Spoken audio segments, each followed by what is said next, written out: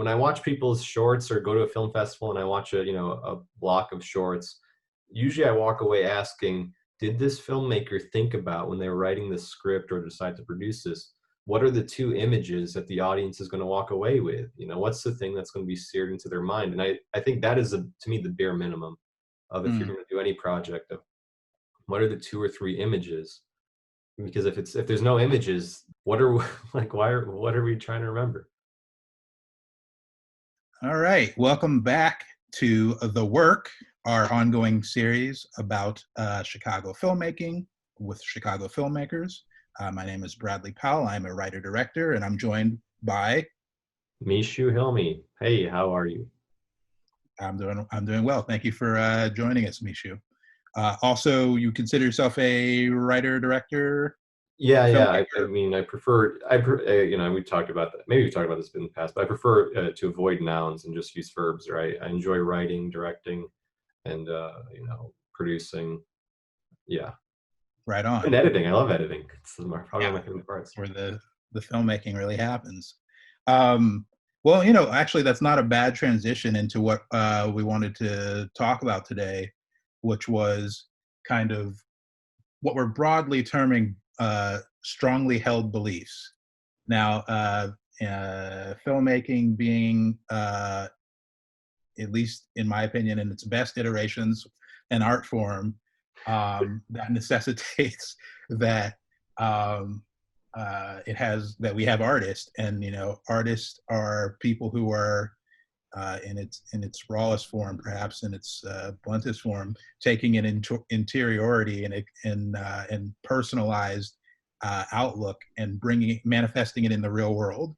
So oftentimes that has makes for people having extremely divergent at some points, extremely idiosyncratic um, held beliefs about what it is that they're doing, the craft of filmmaking. One of the reasons I want to talk to you, because in a lot of our friendship, informal conversations, we're constantly talking about how do we develop style, how do we develop our kind of way of approach. Um, and I thought you would be a great person to talk about strongly held beliefs. And you've kind of already started with one. You don't like to describe yourself you like to describe yourself as in noun forms or verb forms, excuse me. So maybe we could start there. Why is that? How did that come about? What does that do for you?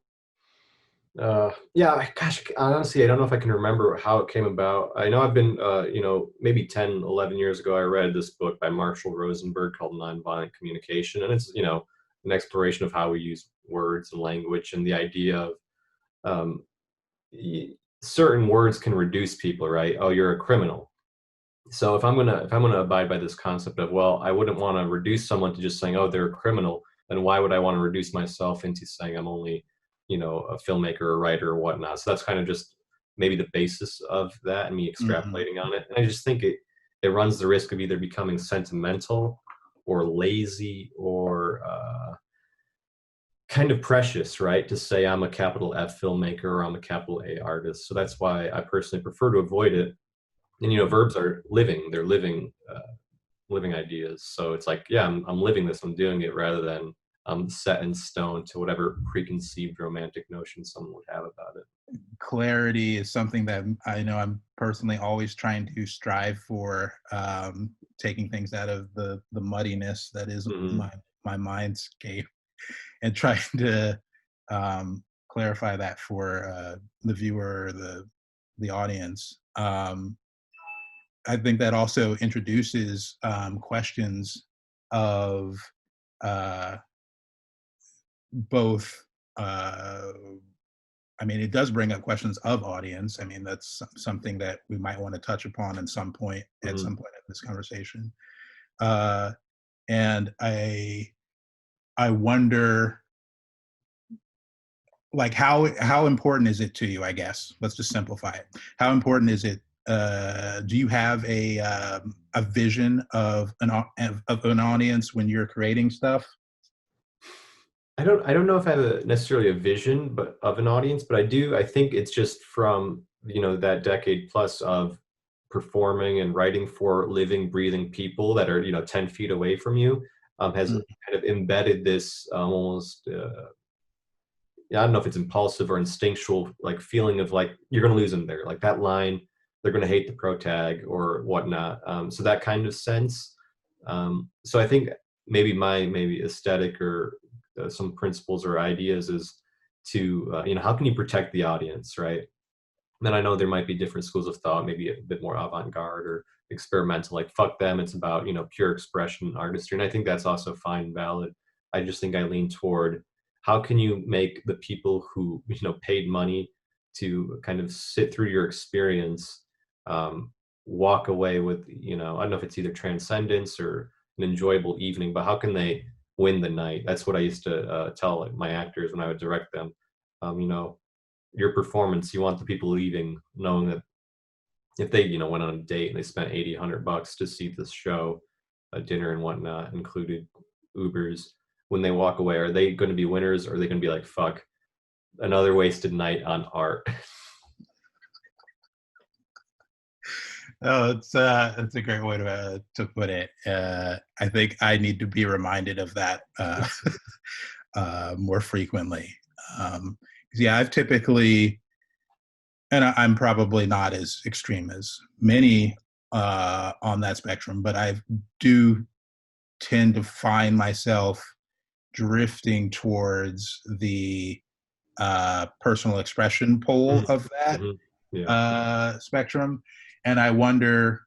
Uh, I'm not sure where I learned that, um, uh, or why that's in necessarily so ingrained and sometimes seemingly immovable Mm, for me. But I do.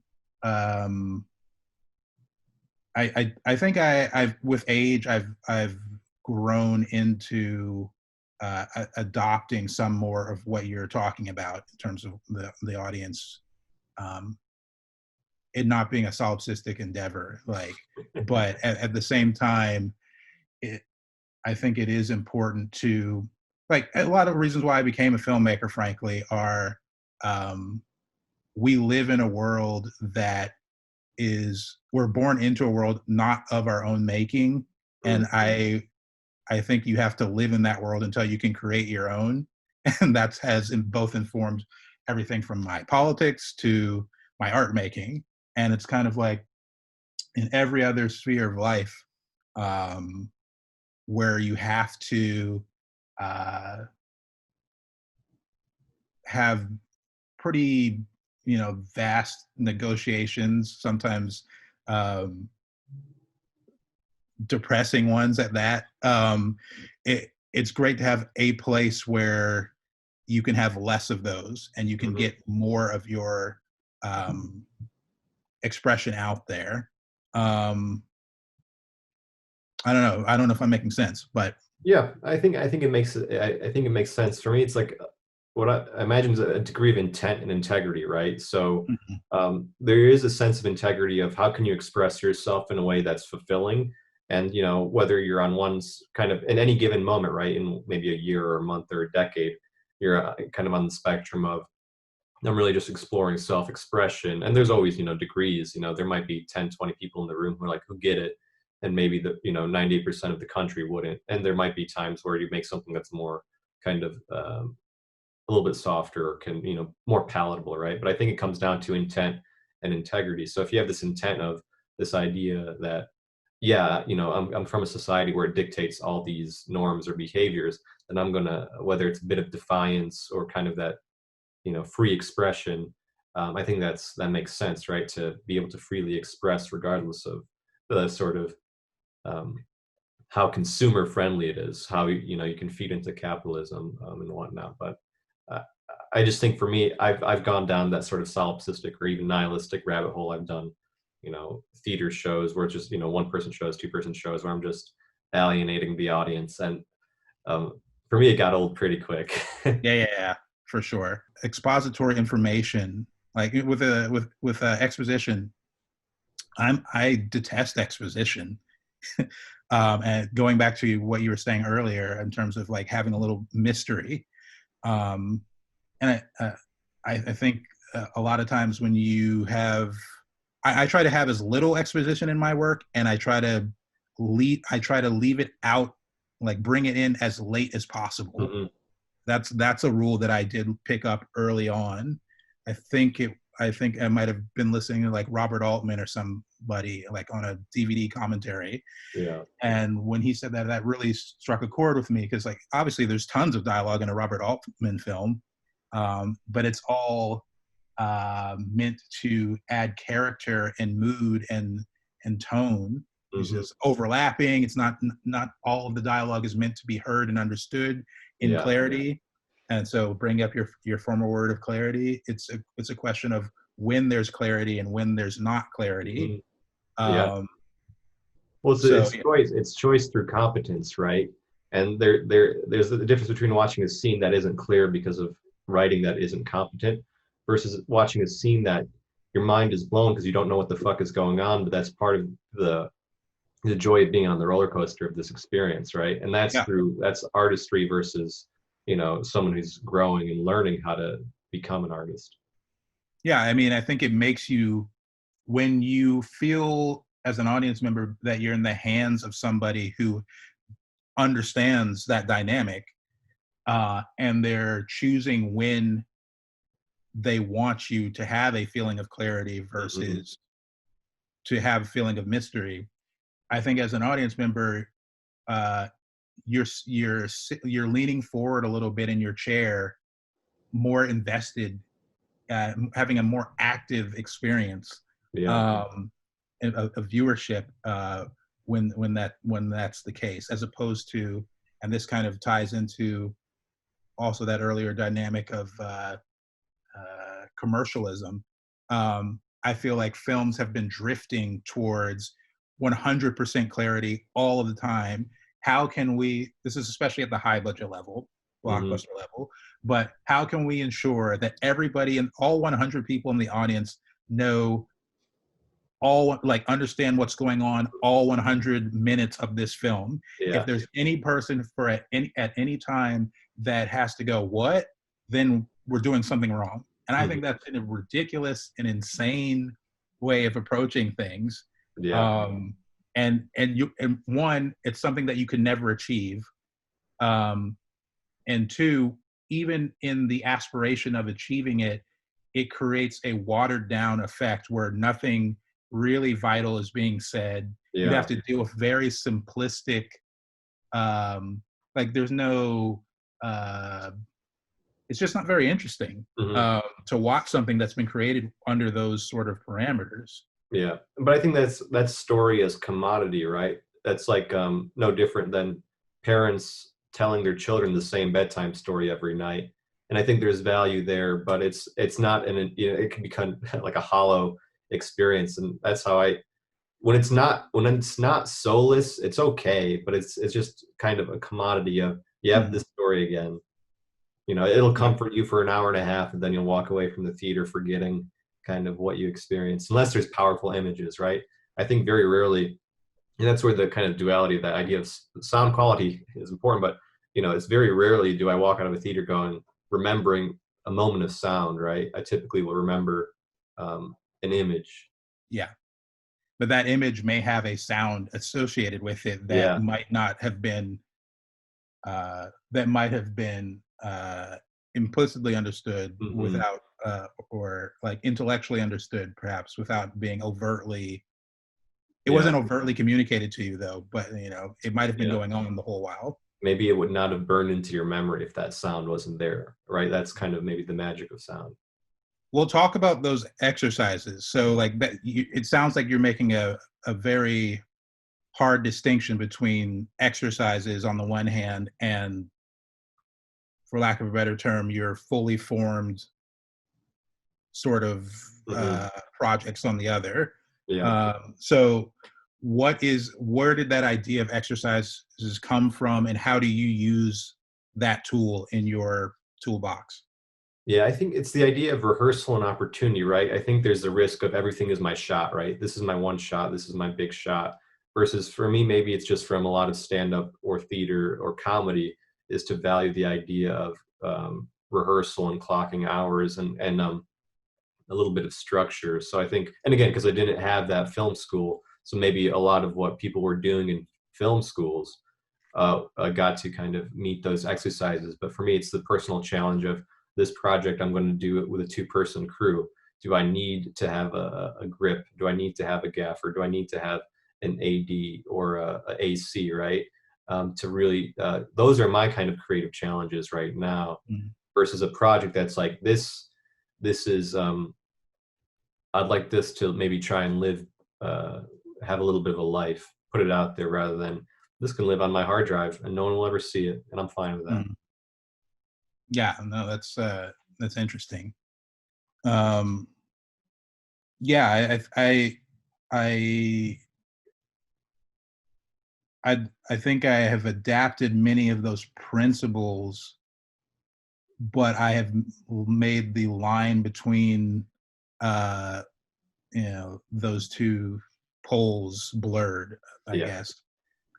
The I assume that every project that I do is going to be a failure on some level.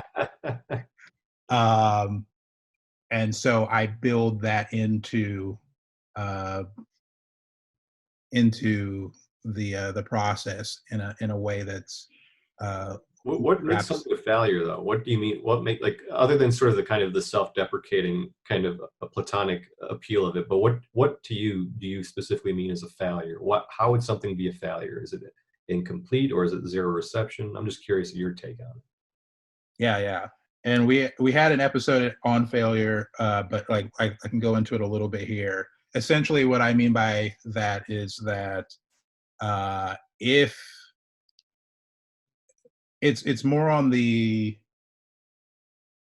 so if I go and put in the hard work of creating a film, um, and my collaborators as well, um, if we have said everything that we wanted to say in the way that we wanted to, in the perfect way that we wanted to say it, there would be no need to ever make another film. We could go on to do other things. We could be, you Hmm. know, lawyers and teachers and social workers and go spend time in the woods and look at the birds and what have you. There's a lot better things to be doing with one's life than filmmaking, or at least as interesting things to do with one's life, if there's no calling to do filmmaking. And all I mean by failures is that there's always the sense that even in the best of projects, uh, I haven't done it quite as well as I would want to have done it.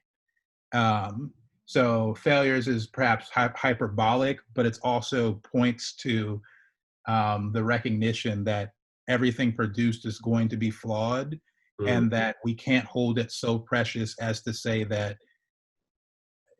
I think in saying using the word failure on my end, I'm not trying to uh, uh, call to mind necessarily uh, negative connotations as one might hear it on initial reception. Like I think there's some shock value to this statement, I guess, on some level. But really, all I mean by that is, look, I'm not a perfectionist in the sense that like I can't ever bear to release something that has flaws to it. Um, and in fact, my whole process is one where I accept that that's going to be a reality. Mm, yeah. Is there a particular part of the process that stands out to you as um, like the reason why you do what you do, Mm. or that It, makes everything worth it? I I think guess is another way. it does change, but lately it's just been editing. It's just getting all that. It's like I think Hitchcock. I think there's stories about Hitchcock saying if he could just get the footage and not have to deal with production. I think maybe it's just like the sort of how exhausting production is. But when you're, a week or a few weeks later, when you're just alone with the footage, and then create the sort of the new rewriting and the new creative decisions. That's Mhm. where, 6 hours can go away in one day. It's like incredible feeling. It is funny how as time has gone on within this world of filmmaking, I've noticed that there definitely seems to be two camps of directors, people who direct. Um, those that love like production, being on the set, and those who like hate it, and are looking are seeing it as a means to an end, but are really, and I put myself in that camp, quite frankly. Like I I would not say I hate production, but I would say that it is the phase of filmmaking that I feel least um, uh, it's so traumatic as an Yeah. experience. And I wonder if Um, that also has to do with low budget too, right? Like, I don't know about you, but I've never had the experience of having a team or like a larger team to kind of at least delegate or worry about, call sheets and yeah. drivers and transpo. It's like just me trying to figure out, all right, can you make it on this time? Can you make it on this time? All right, Mhm. call my number if this happens. I think that does have to do with some of it because it gets down to moving all those different pieces. Yeah. It become what on a solo project, uh, Murphy's law is already there. When Hmm. you start adding people, that's another. It's like every person you add is another like branch of the Murphy's law tree that Hmm. you're um, you know adding to the mix, and so stuff is constantly going wrong. You feel so out of control. You feel like you're in chaos trying to organize a lot of the times, and so some people thrive off that energy, um, and some people like make do with it, and I Hmm. feel like I make do with it, Yeah. because I definitely like I love writing. I love uh, post production, like editing and whatnot. Those are when I feel like that's when I really feel like the film is being made. Hmm. And I also love pre production when Yeah. the strategy and the strategy and rehearsals and like getting into the nitty gritty, seeing your teeth into it. And I wouldn't go as far as to say like, Hitchcock kind of put it in more reductive terms when he's talking about like, the film's already in my head, just like be robots and like create Hmm. this thing. Yeah. No, I mean, I love having some unexpected moments in the mix. I think a lot of sometimes chaos is productive, Hmm. controlled chaos, managed chaos.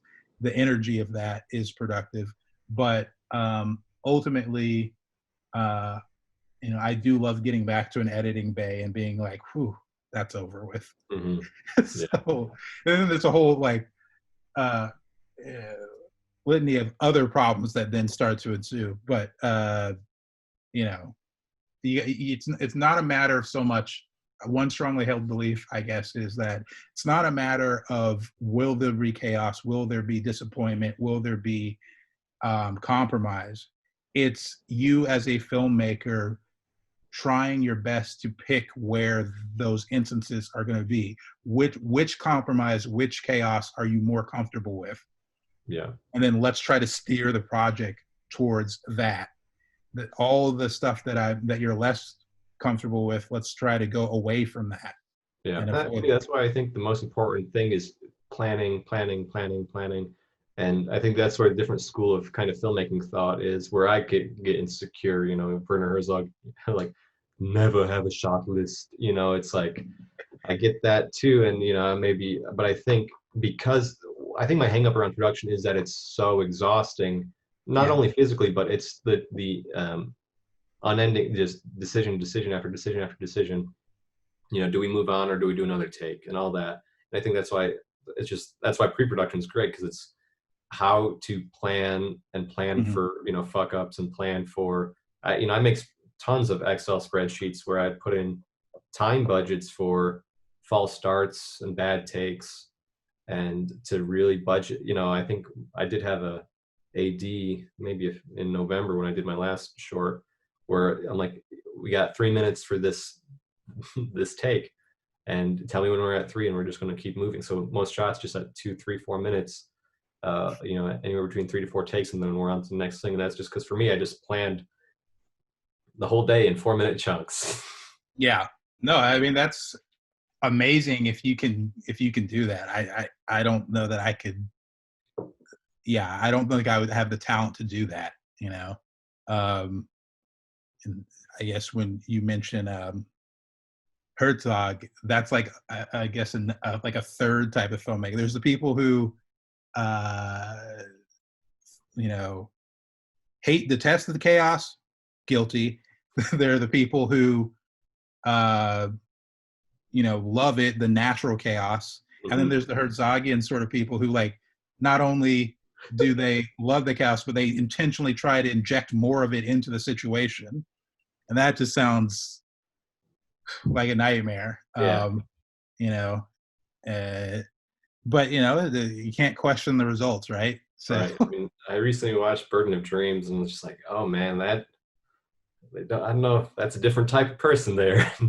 I think I don't know if my beliefs have changed over time. I think I used to be more hung up around the image still. I still think I don't know if it's changed that much, but I do think, that's when I watch people's shorts or go to a film festival and I watch a block of shorts, usually I walk away asking, did this filmmaker think about when they were writing this script or decide to produce this, what are the 2 images that the audience is going to walk away with? What's the thing that's going to be seared into their mind? And I think that is, to me, the bare minimum of if you're going to do any project, of what are the 2 or 3 images? Because if there's no images, even then, like, what are we trying to remember?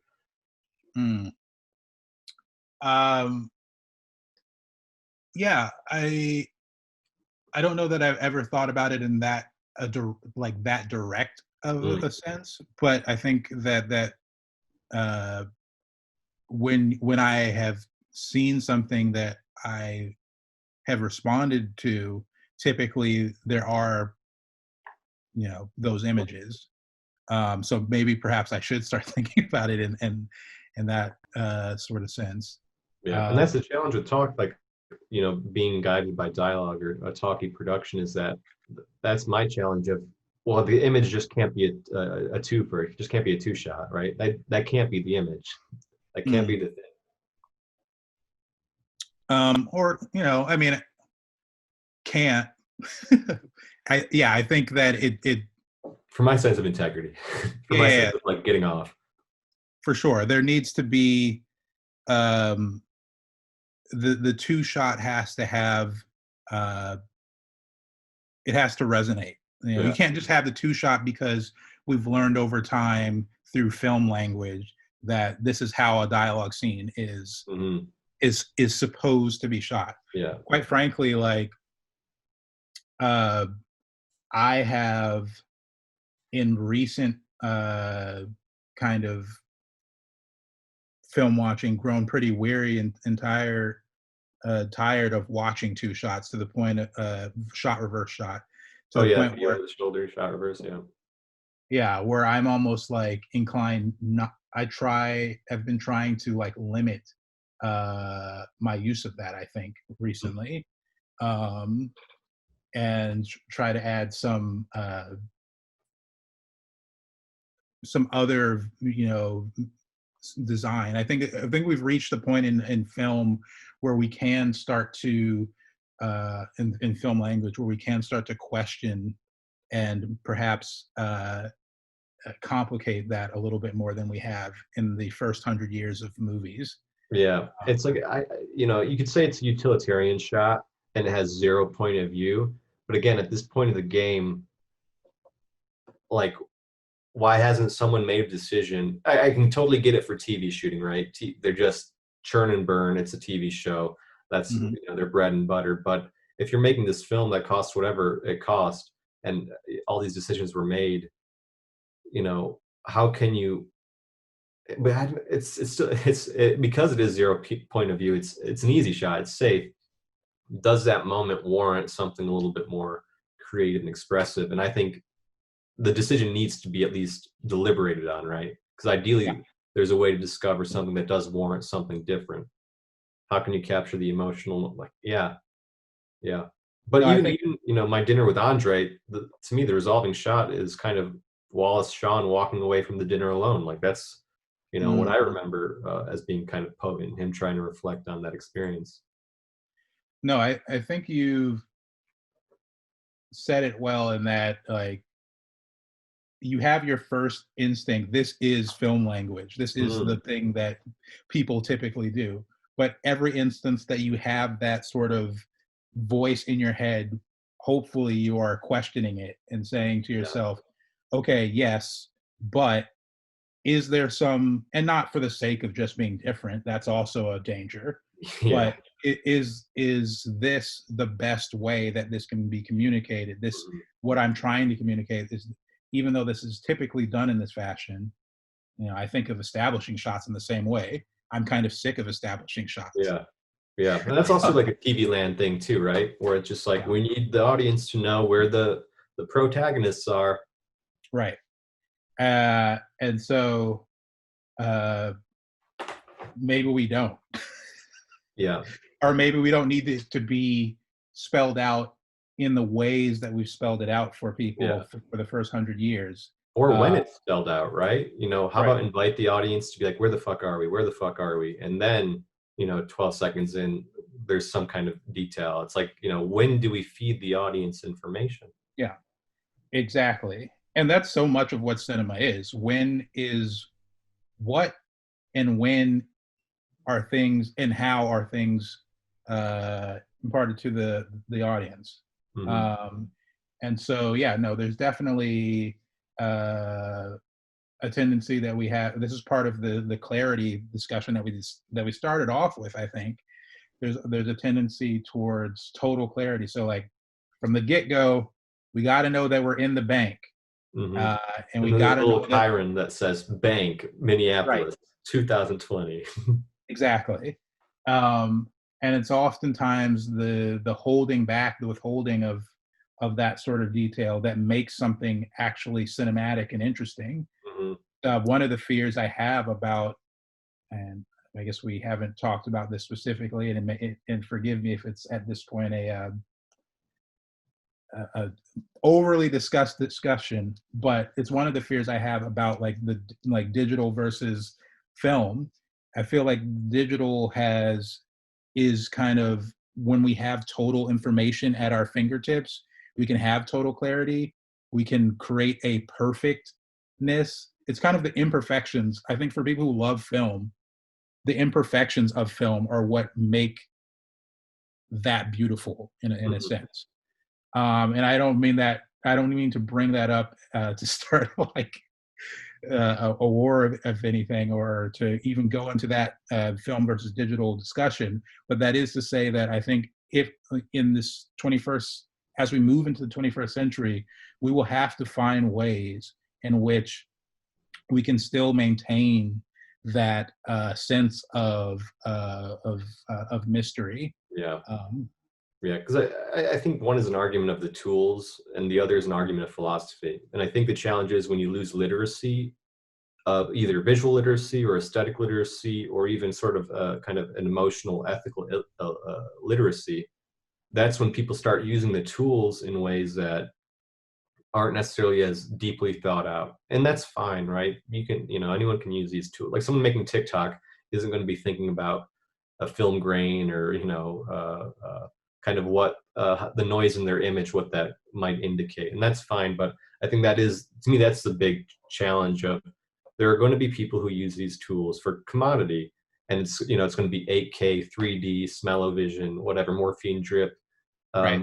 clarity, storytelling, and that's fine. Maybe a bit dystopic, but there will also be people who use the tools uh, with maybe a more idiosyncratic kind of approach to how they want the images to be conveyed.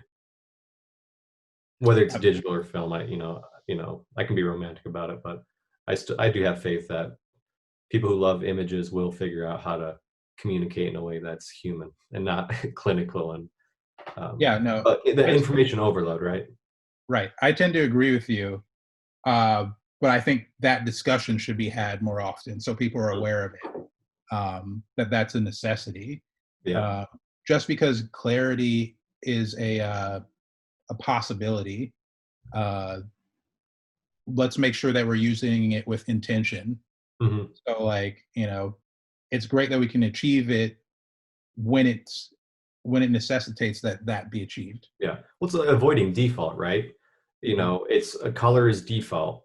4K is default. These fancy gear is a default versus it's just an unending litany of choices. And without a certain degree of literacy, confidence, or maybe vision, you're going to default, whether wittingly or unwittingly. And I think anytime it's a position of default, it's going to be perhaps a little bit more general or generic of a piece you're sharing. Do you have any strong feelings about continuity editing? I was reading Walter Murch's In the Blink of an Eye, and Mhm. I think I like his idea. He's not big on continuity editing. He believes Right. that the shot needs to be edited when it needs to be edited, right? It's almost instinctual level.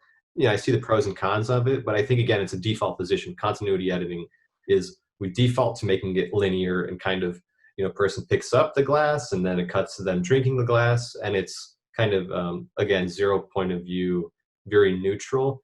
And sometimes I challenge myself when I am doing a cut to do a continuity cut, and then to do it like, all right, let's see if we can make it a little bit more hip or visually dynamic, where the cut still works even though the audience might be behind by a few seconds. And I think that makes for a much more vital and moving experience rather than pure continuity.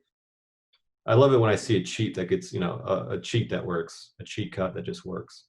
Yeah, that's kind of like the best part of editing is when you're sitting there struggling doing uh the traditional thing just Mhm. because for whatever reason, and you haven't interrogated yourself, and then through the process of either accident or frustration, you hit upon something that's not right, Mhm. but you go, wait, that kind of works.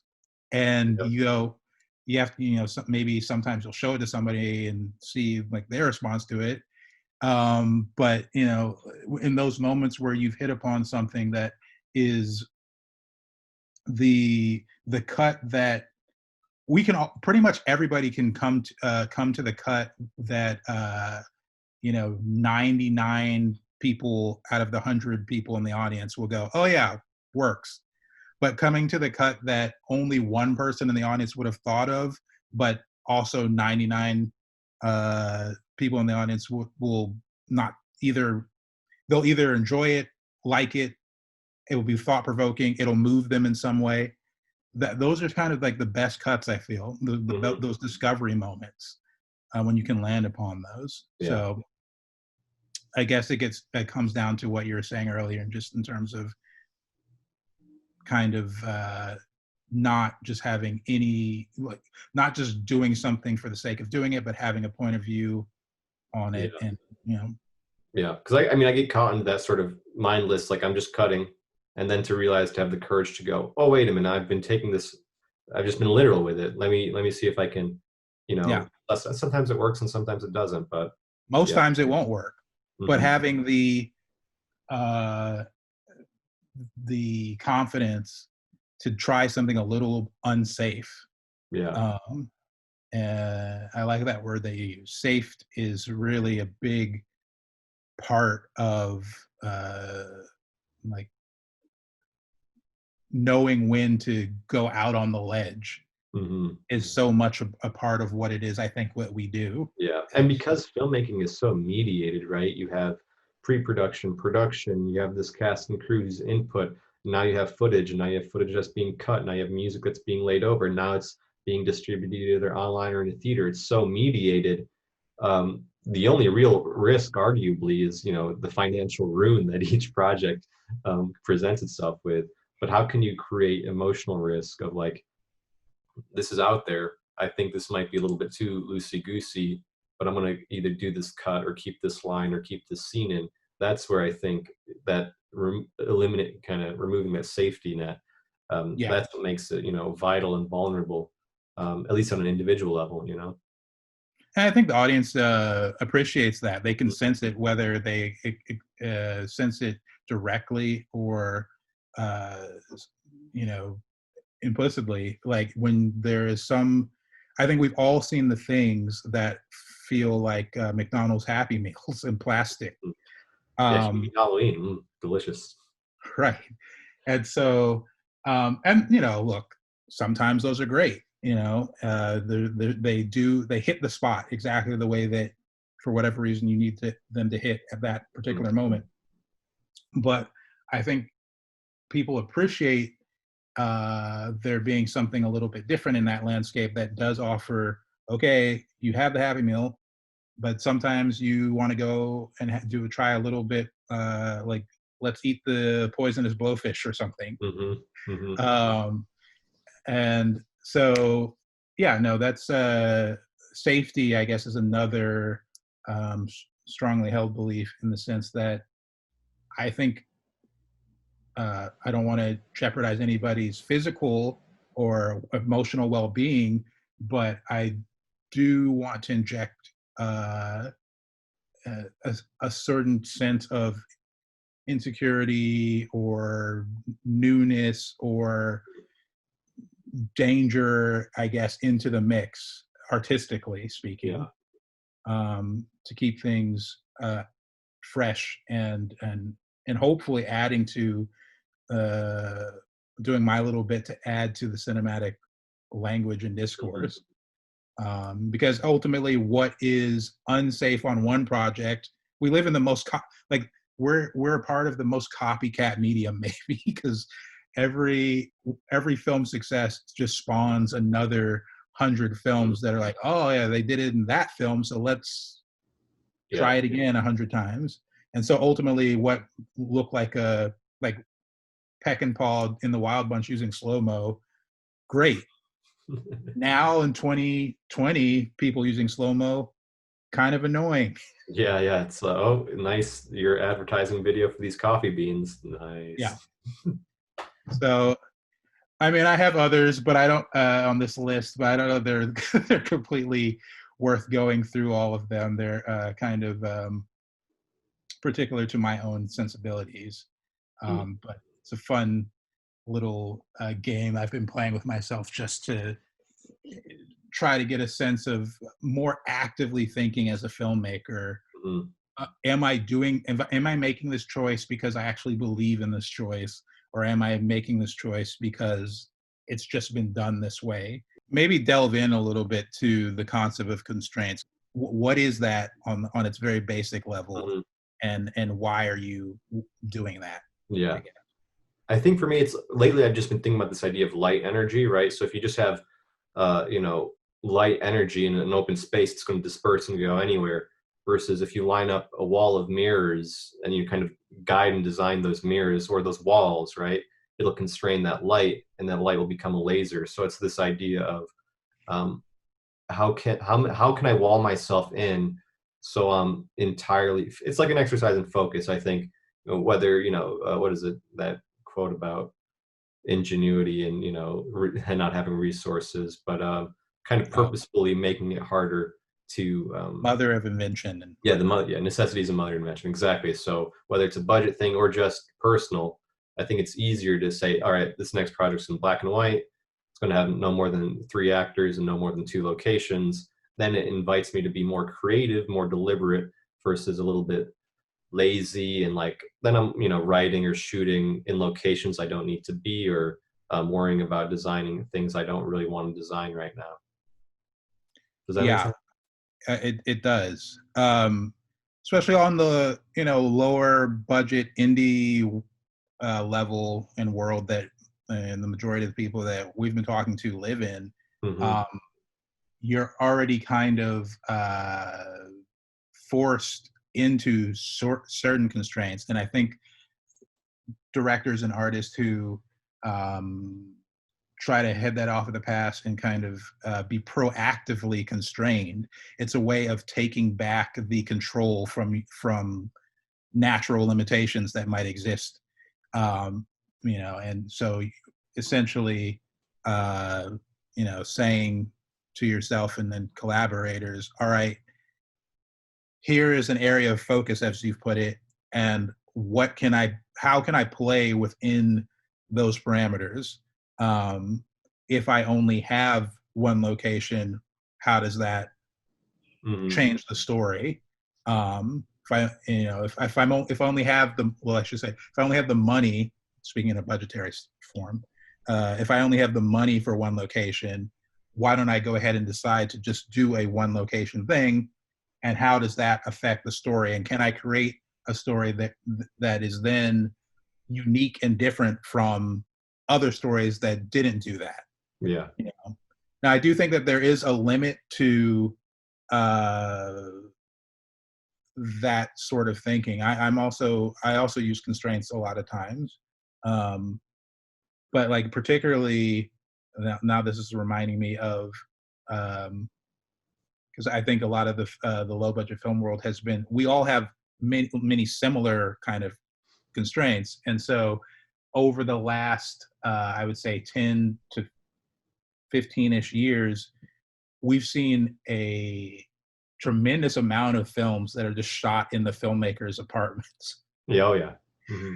And look, I'm not gonna shit on that. I understand the need to do that sometimes, but I think one of my strongly held beliefs has always been that uh, on at the script level, when I'm using a script, that I try to write the story in as free and as expressed in its purest form as possible. And then in the production and the producerial side of aspect of trying to make it, that's when I will start to like, okay, I've written this scene with 1,000 Hannibal elephants going up the mountain. How do I now do that on $5? Mm-hmm.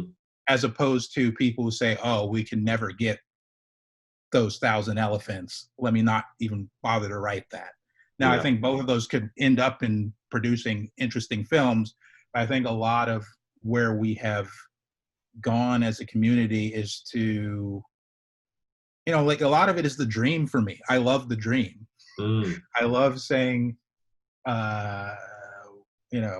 let's try to do the impossible. Yeah. And that doesn't necessarily, I mean, I've fallen on my face many times. It's produced many failures.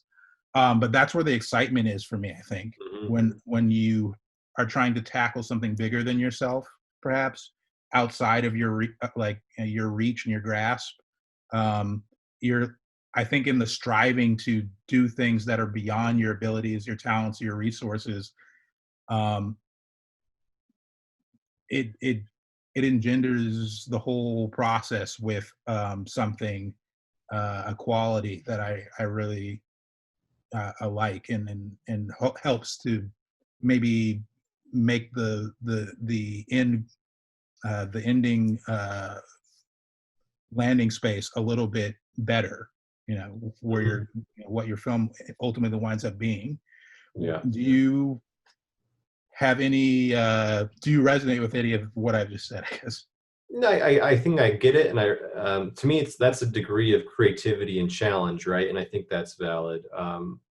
I think where I'm at is more just focusing on exercise. Yeah. Rather, if I reach a point where one of my exercises is I'm going to write a script that's imaginative and out there for an exercise of challenge and creativity, I think that would be a great experience, right? To enjoy the process and sort of the magic or the discovery of, we have these 1,000 elephants, and suddenly I found some wrapping paper with elephants on it, and I'm going to roll it on a wheel, and that's kind of maybe the creative problem solving I discovered. I think that's a wonderful experience, part of the process.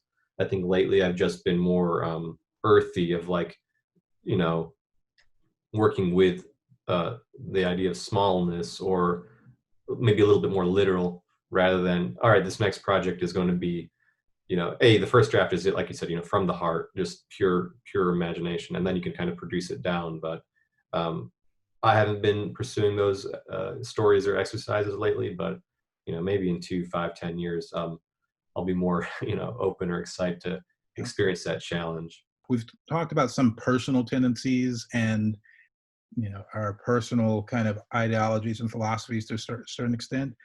But being that film is a collaborative art form, maybe here we should pause to talk about how do you bring in collaborators, and especially as somebody who writes and directs, um, and it's kind of the in many respects a generating force on any given project.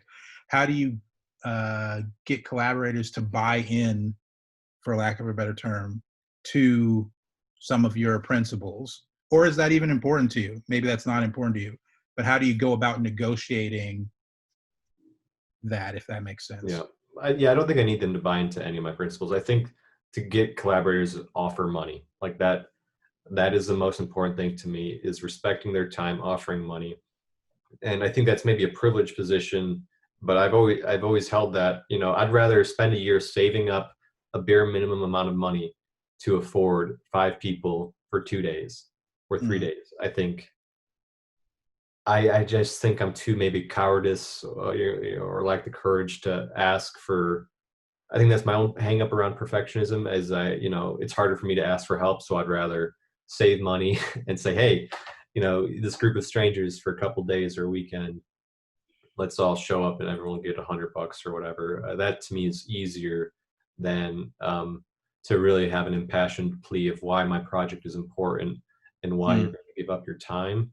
And for some of the crew, it's like, yeah, it's an 8-hour day or a 4-hour day.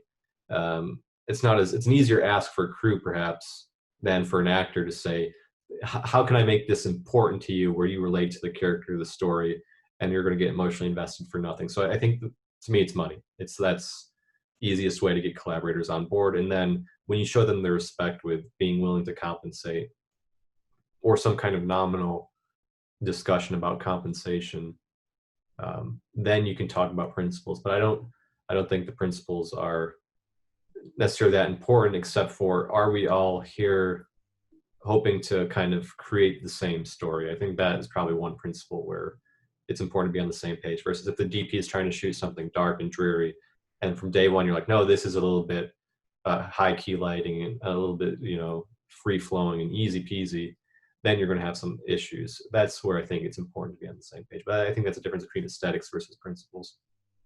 mm, okay. Yeah. Um, is there are there particular upsides or downsides to that way of approach? I think the downside is it takes a lot longer. um, at least on the financial side, right?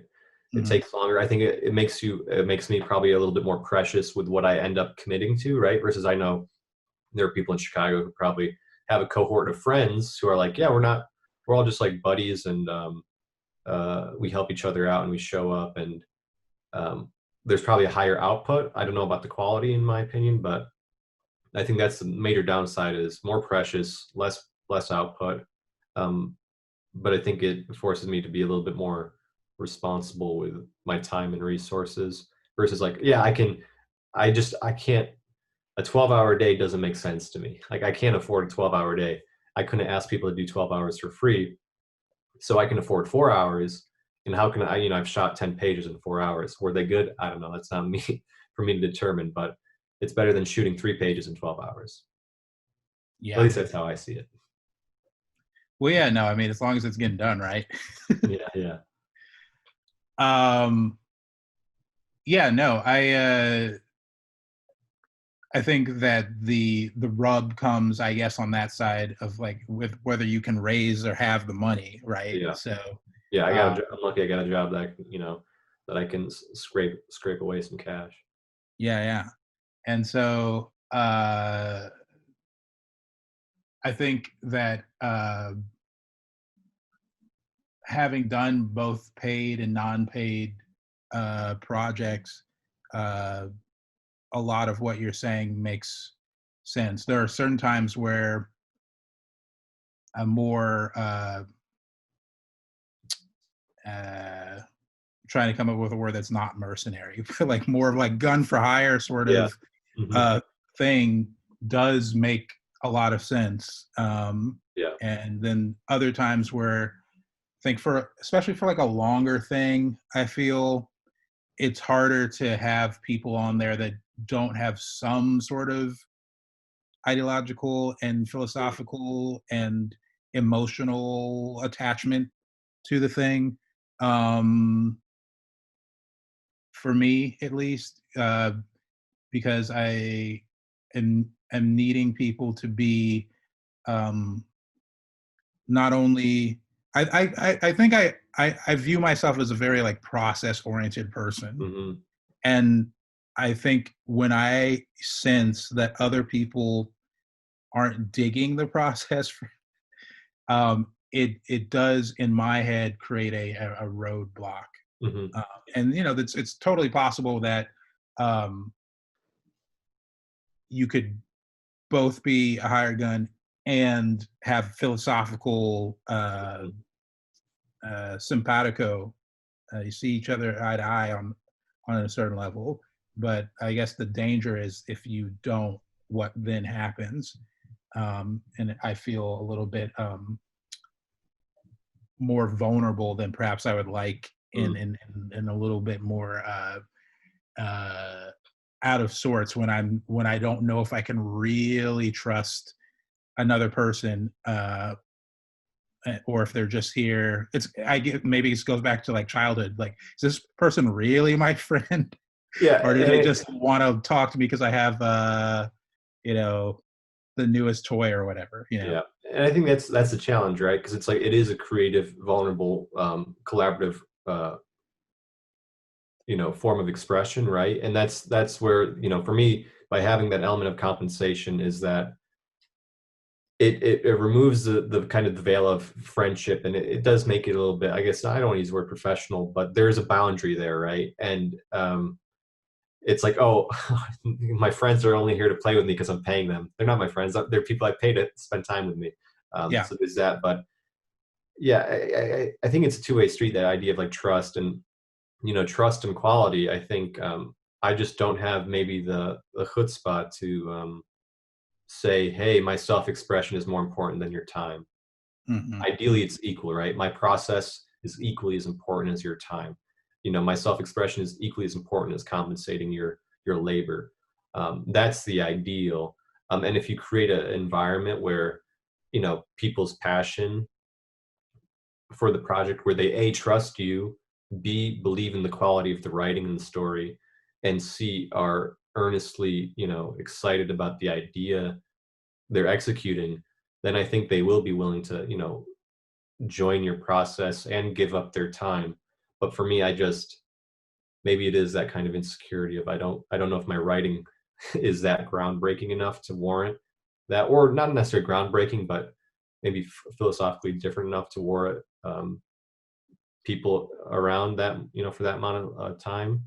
But Hmm. I do think I think it's possible to have it, an equal mutual experience. But I just don't want to. That's not the experience I'm currently looking for. Are there compromises worth making, and likewise, are there compromises that you're unwilling to make in your work? Yeah. That's kind of a big open conversation. Yeah, I joke with my partner Audrey around about this a lot, and a principle of nonviolent communication is never compromise. Hmm. But that's kind of reductive and oversimplifying. I think it's to make sure everyone's needs are met. And how can everyone's needs be met?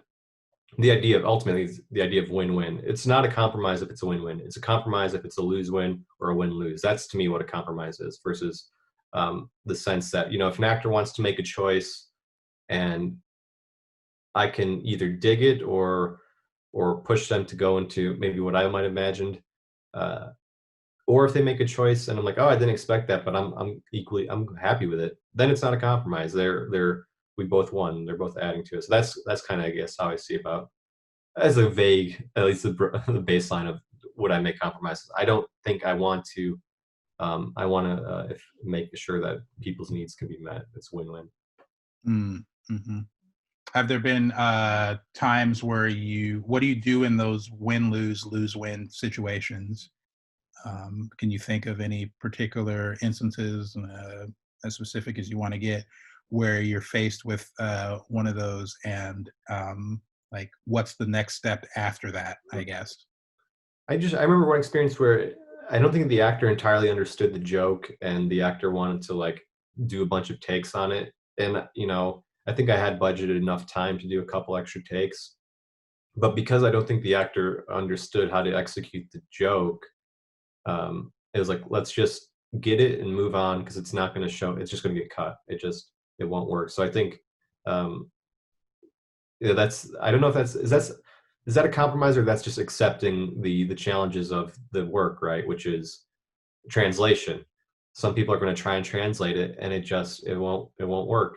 And I don't know if maybe it is a compromise. Maybe someone who's more uncompromising would demand the actor do 30 takes until they can execute it. But that to me isn't meeting my need for movement, right?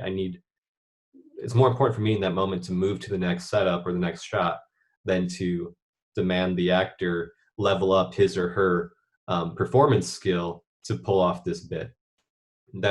So to me, that's not a compromise. That's still a win-win of the actor is feeling respected because he or she has had the opportunity to try and execute it, do a few more takes. And once they were kind of exhausted and maybe they felt they nailed it, we moved on. So there was no ego there.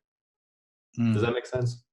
It does make sense. I think what I hear is kind of in that last sentence, trying to take the negative connotation out of it and the ego out of it for the sake of the project. Yeah. Like were I in that situation, do I typically call that a compromise? Probably. But I also can see from your point of view how like it's useful to not every compromise has to be seen in such a horribly debilitating light. Yeah. I also think it helps that I write my own work, and I think you write your own work too. And I've written so much, not to toot my own horn, that there's nothing precious. It's just, that's it. It's like that joke. I thought it was a funny bit, but they can't pull it off, and that's fine. It's 2 seconds or 10 seconds. That's gone. Mm-hmm. Mm-hmm. Do you ever kind of like rewrite, or do you just completely move on and say, all right, well, that was a thing that we tried, let's just go on to the next thing? Or do you ever try to manipulate, change, alter, reroute yourself? Yeah, I think it depends on like how open I am in the moment, right? If I am kind of creatively charged enough in the moment to think of an alternative bit or an alternative line or an alternative action, then maybe I'll pitch it to the performer and see if that lines up with their values and if they're comfortable enough giving it a shot. But if those channels aren't open, it's just like, it's kind of a different process. It's like if you're asking someone who's memorized a script to start improvising and jump back in the script, it's hard to channel between left brain and right brain sometimes, or left brain production versus right brain generation. Sometimes you're blessed enough in the moment to have them merge, and that's a kind of a beautiful that's what makes the process kind of magical, is when you do have that happen. Yeah, I think this has been a healthy discussion. We've covered a lot of ground, went a lot of different places. But we're hoping to, again, continue these conversations with people, and to continue to grow. I think I've learned a lot today about your process, and I will try to implement certainly some of the stuff that you've said. I really like what you said about using the kind of foregrounding the experiments into your process. I think that could be healthy. sort of technique. Yeah. And yeah, no, I really want to thank you for coming on and discussing a film with us, and I'm hoping to do it again in the near future. So Yeah, I hope so too. Thanks for having me.